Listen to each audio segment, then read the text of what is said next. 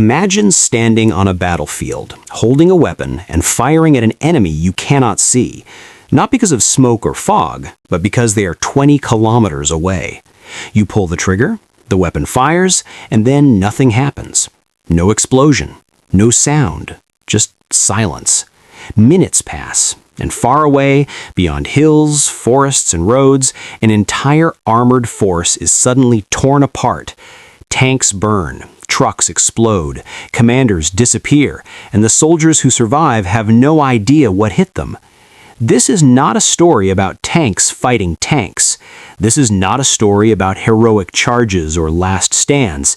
This is the story of how distance, planning, and artillery destroyed one of Germany's best panzer divisions in World War II. The early years of the war were a disaster for the Soviet Union.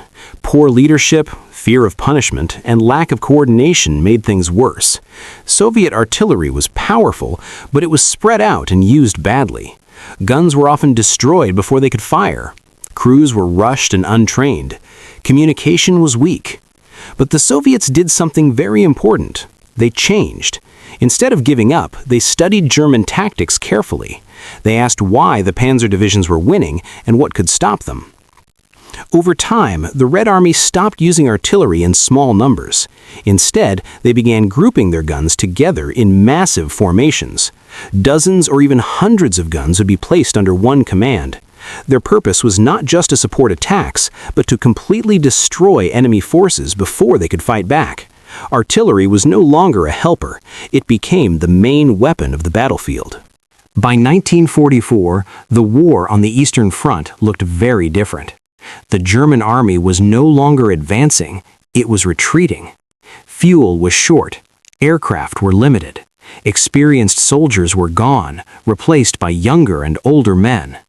Still, some elite panzer divisions remained.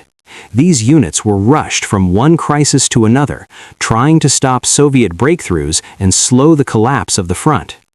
One such panzer division was ordered to move into a key area. The road network there was important. If the Soviets took it, German forces farther west would be trapped. The division was tired but confident. Its officers believed that with good positioning and a strong counterattack, they could hold the line. They had no idea that Soviet artillery officers were already watching them from far away. Far behind the Soviet front lines, heavy artillery batteries were being prepared. These were not normal field guns. They were long-range weapons with massive barrels and powerful shells. When fired correctly, they could hit targets up to 20 kilometers away. Using such guns was not simple. Every detail mattered: distance, wind, air temperature, shell weight, and timing. This kind of artillery required careful planning and calm discipline. The Soviet crews were trained for this exact purpose. They worked quietly and efficiently. They did not rush. They trusted their calculations. And most importantly, they trusted their intelligence. Soviet reconnaissance planes flew over the area again and again. They photographed roads, forests, villages, and supply points. Forward observers on the ground listened and watched. Slowly, a clear picture formed. The Panzer Division was gathering its forces. Tanks were parked close together. Fuel trucks were lined up. Command vehicles were set in predictable locations. Because of fuel shortages and air attacks, the Germans had little choice but to cluster their vehicles. To an artillery commander, this was the perfect target. But the Soviets did not fire right away. They waited until the division was fully assembled. They waited until the most vehicles, men, and supplies were in one place.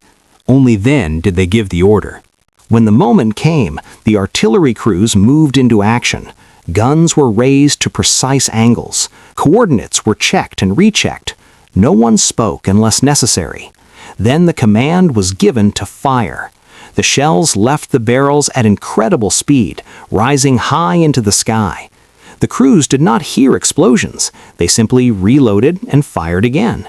Several minutes later, far away, the shells began to land. The German soldiers never heard the guns. There was no warning sound, no incoming aircraft.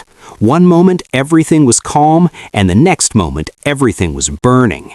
Shells hit fuel trucks first, causing massive explosions. Fire spread quickly from vehicle to vehicle. Tanks were struck from above, where their armor was thinnest. Ammunition detonated. Trees were torn apart. Roads became fields of fire and smoke. German officers tried to issue orders, but radio vehicles were destroyed early in the bombardment. Without communication, units could not coordinate. Soldiers ran for cover, but there was nowhere safe to hide. The artillery fire was accurate and constant. This was not chaos. This was controlled destruction. In a short amount of time, the Panzer Division stopped functioning as a fighting force. Battalion headquarters were gone. Engineers were killed before they could act. Artillery units were destroyed before firing a single shot. Tanks that tried to move were hit again as the Soviets adjusted their fire. Every attempt to respond made things worse. What had once been an elite armored division was now a collection of burning wrecks and scattered survivors. The men who lived through it would remember the feeling forever, being attacked by an enemy they could not see, hear, or fight. The Germans tried to respond with counter-battery fire, but their guns could not reach the Soviet positions. The artillery was simply too far away. The Luftwaffe could not help. There was not enough fuel, and Soviet fighters controlled the skies. Even if planes had reached the area, the artillery was well hidden. By the time German commanders understood what was happening, there was nothing left to save.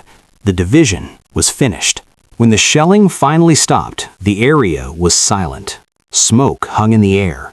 Wrecked tanks and vehicles littered the roads. Hundreds of men were dead or wounded. The road the Panzer Division was meant to defend fell soon after. The Soviet breakthrough widened, and German forces were forced to retreat even farther west. This single artillery strike had changed the situation across the entire front. This was not just the destruction of one division. It was proof that the age of German armored dominance was over. Panzer divisions could no longer move freely. They could no longer gather safely. Experience and courage were no longer enough. Firepower, intelligence, and coordination now decided battles. The Red Army had mastered this new kind of warfare.